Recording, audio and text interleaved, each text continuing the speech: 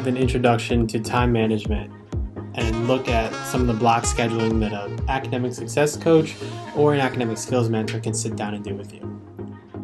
Here's our time management plan. It's broken up in a weekly format.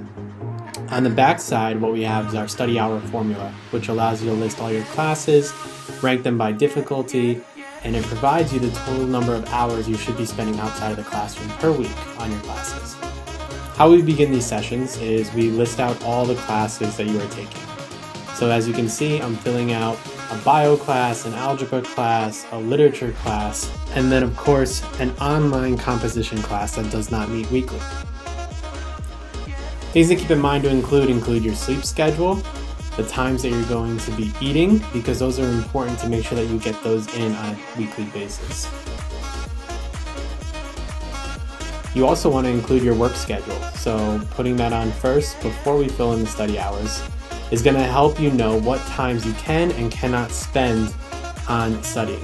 So the next thing we're going to do is take the hours that we listed on the back of this worksheet and actually fill them in. So as you can see, there's a lot of free time listed, and what we're going to do is list out hour to 1.5 hour segments of study time. You should never be spending more than an hour and a half on a study session. When you start reaching that 2 to 3 hour mark of straight studying, your brain's really not focusing and retaining any information. So using breaks effectively is also very important. Also keep in mind that you're getting in those online class hours. Just because you're not meeting in person doesn't mean you should be not spending time outside of the class. And here you go. This is a completed weekly planner sheet.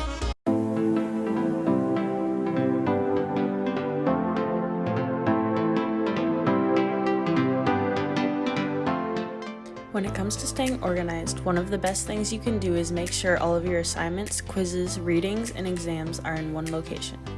One easy way to do this is to take the due dates listed on your syllabus and combine them into one Excel chart. Doing this allows for you to have a visual which you can keep with you at all times and cross off assignments as you complete them. While this may seem difficult if you don't know how to use Excel, it's actually just a few simple steps. Start by opening a blank Excel workbook.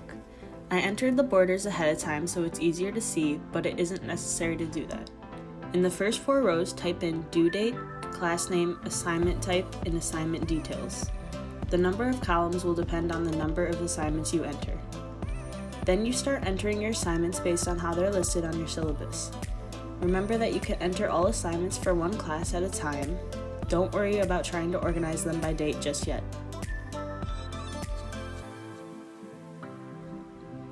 I personally like to assign a specific color for each class so that it's easier to visualize as well.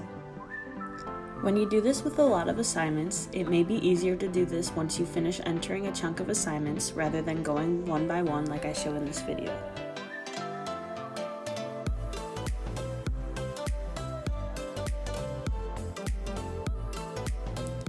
Once you have finished entering your assignments, drag from the first box, which says due date, to whatever square is the last one under the assignment details.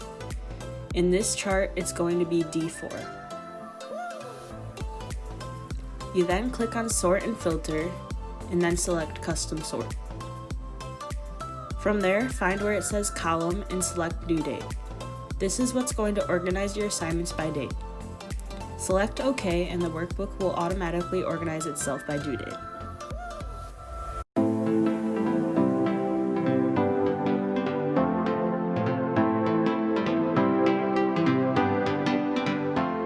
Hi everyone, this clip is going to be showing you how to set up your agenda.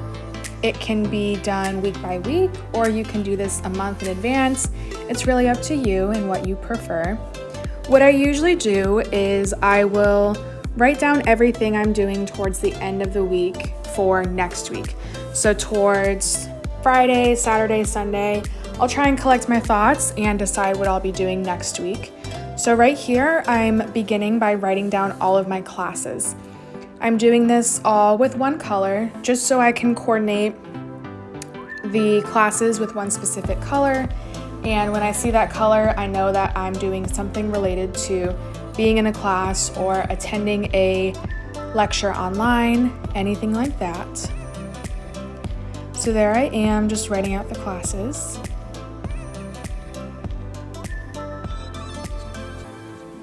The next thing that I will work on will be writing down my work schedule.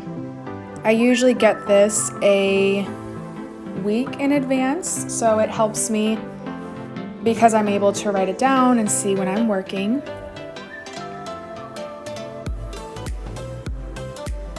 Once I write that down in my agenda, I'm able to plan my time better because when I am at work, obviously I'm not able to do schoolwork at all, so I need to plan on getting everything done beforehand or afterwards, and it's just nice to visualize it and see where I have that time during the week to be working on anything school related before I go to work. I also wrote in, I have 2 jobs, so I also work for the CAA and I wrote in that schedule as well. And then in another color, I like to write anything related to assignments that I need to do, any household chores, any extra things that aren't related to sitting in a classroom but still need to get done throughout the week. So I like to practice a lot for the instruments that I play because it's true, practice does make nearly perfect, not perfect, but you do get better the more you practice. So I make time for that. Same thing if you exercise, make time for the exercise, any homework, any studying, everything like that, you're able to see it in your agenda and you are able to visualize where you have time in the week to get done what you need to get done. So I hope this helped, and if you have any questions about it, feel free to drop into the CAA and we can definitely talk about it some more.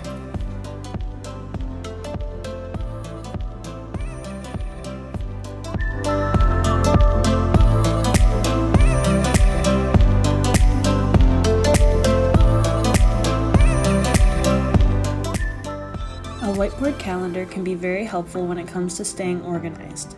For some people, it's beneficial to use a whiteboard for their class schedules, assignments, or work schedules. Some prefer to keep it dedicated to one thing while others combine these tasks. Personally, a whiteboard creates a visual so I can see what I have to do during the month. I like to write major assignments in red, work in class in black, and any additional assignments like readings in blue. I personally don't write everything happening in my life on the whiteboard, rather just the most important tasks. Each person is different, however, and you may find it more beneficial to write every assignment and task on it. Once you figure out how you want to present your whiteboard, it's best to keep it in a location that you can constantly see. For me, it's directly above my desk where I spend most of my time.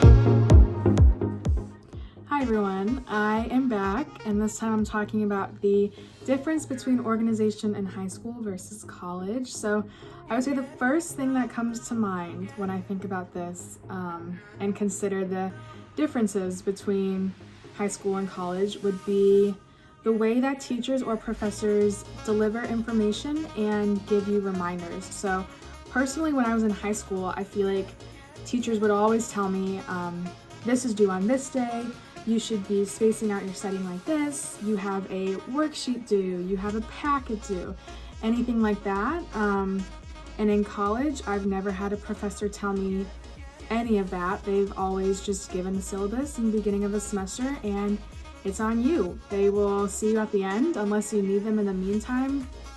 It's on you to study, it's on you to complete your assignments in a timely manner and turn them in, everything like that. So I think there's a lot of independence that comes with transitioning from high school to college, and specifically when it comes to completing your schoolwork and communicating with your professors and getting everything done. Okay, I have one more thing to add real quick. I was just thinking, and I remember always sitting in class in high school and having class time to get assignments done or to fill out a packet or to study with a friend. But in college, we are not given that class time. So I would say it's really important to stay organized throughout the week and throughout the semester and make sure you are prioritizing your classes and being realistic with how much time you need in each class to complete an assignment. So that can be something you write in your agenda, even if you are going to the class just for 50 minutes or for an hour and a half.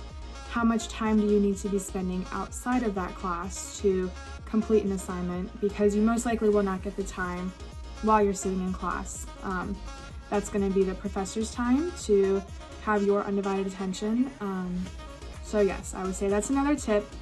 Make sure you are leaving yourself enough time outside of your classes to complete your work.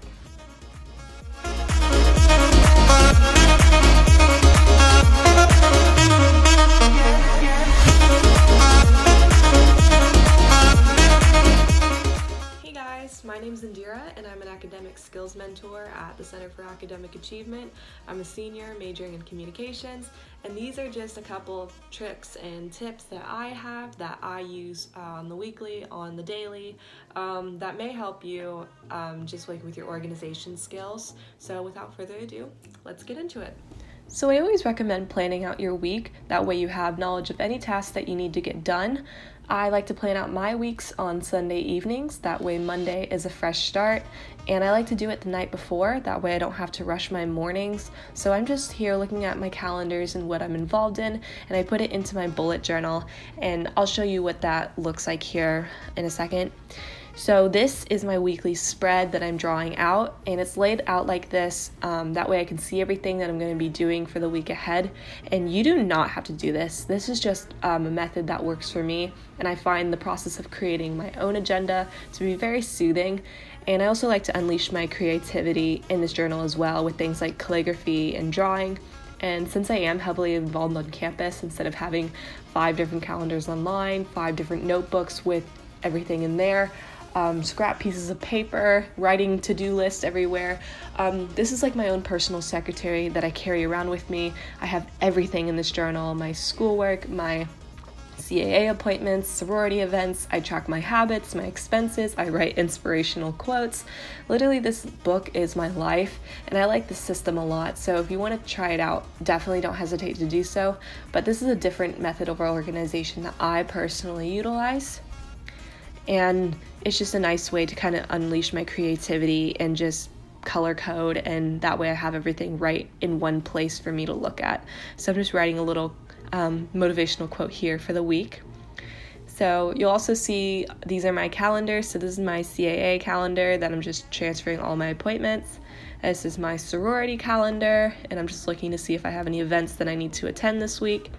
And then this is my Canvas, so I'm just looking on the dashboard to see any upcoming assignments and due dates to write down. That way I can start them earlier. And you can also print out the syllabus. A lot of professors put all the due dates onto their syllabus, so I printed out 2 of my classes right here, and you can just cross them off as you go throughout the semester. This is really helpful if you really like having things tangible, if you like crossing things off. Another thing that I recommend you guys do is pack your bag the night before you have class. Especially if you have a test or something, make sure you have your flashcards, you have any worksheets that you need to turn in, just making sure you have everything, because if you oversleep your alarm or if you're running late, it's really easy to forget stuff in the morning like that. So making sure if you need your laptop, packing that, your laptop charger, anything like that. That way it causes less stress and you don't have to rush in the morning trying to remember everything.